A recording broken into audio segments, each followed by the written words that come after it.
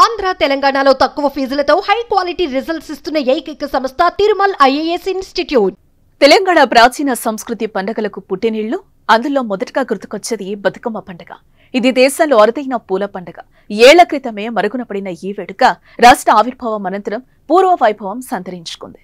9 రోజుల పాటు మహిళలు ఎంతో ఇష్టంగా జరుపుకుంటారు. చోళరాజైన ధర్మాంగదునికి 100 మంది కుమారులు సంతానం.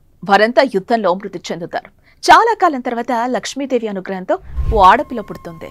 ఈ పాపకు బతుకమ్మ అని పేరు పెట్టి నిండు నూరేళ్లు బతకాలని అందరూ ఆశీర్వదిస్తారు. ఆ అమ్మాయే బతుకమ్మగా పూజలు అందుకుంటుంది.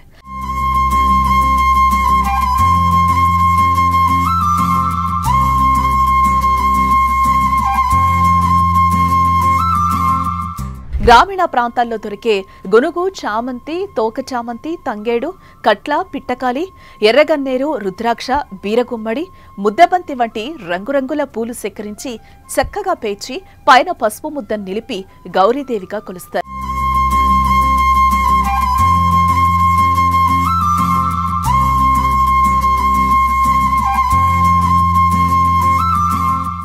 ప్రతిరోజు సాయంత్రం ఆడుకొని చెరువులో నిమజ్జనం చేస్తారు. 9 రోజులు 9 పేర్లతో బతుకమ్మను పిలిచి కొలుస్తారు. 9 రకాల ఫలాలు సమర్పిస్తారు. ప్రతిరోజు ప్రత్యేకంగా పలహారం నైవేద్యంగా పెడతారు. తొలి రోజు ఎంగిలిపూల బతుకమ్మ, రెండో రోజు అటుకులు, మూడో రోజు ముద్దపప్పు, నాలుగో రోజు నానబియ్యం, ఐదో రోజు అట్ల బతుకమ్మను కొలుస్తారు. ఆరో రోజున అర్రమి అంటారు. ఎవరి ఇళ్ల వద్ద వారే ఆటలాడుకుంటారు. ఏడో రోజు వేపకాయల బతుకమ్మ, 8వ రోజు వెన్నముద్దల బతుకమ్మగా పిలుస్తారు.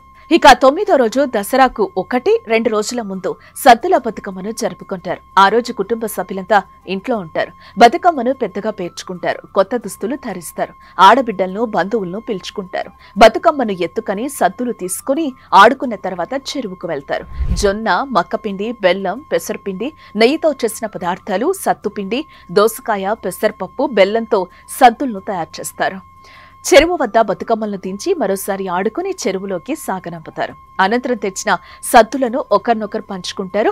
బతుకమ్మ బతుకమ్మ ఉయ్యాలో, బంగారు బతుకమ్మ ఉయ్యాలో అంటూ అమ్మలక్కలు, ఆడపడుచులు ఎంతో ఇష్టంగా ఆటపాటలు లయబద్ధంగా ఆడి పాడుతూ ఉంటారు. ప్రతి పాటలోనూ గౌరమ్మనే ఆరాధిస్తారు. ఇందులో గొప్ప సాహిత్యం కూడా ఉంటుంది. ఎక్కువగా ఆడపిల్లల జీవితాలు, కష్టాలు, అత్తవారింట్లో ఎదుర్కొనే సమస్యలు పాటల రూపంలో బయటకొస్తూ ఉంటాయి.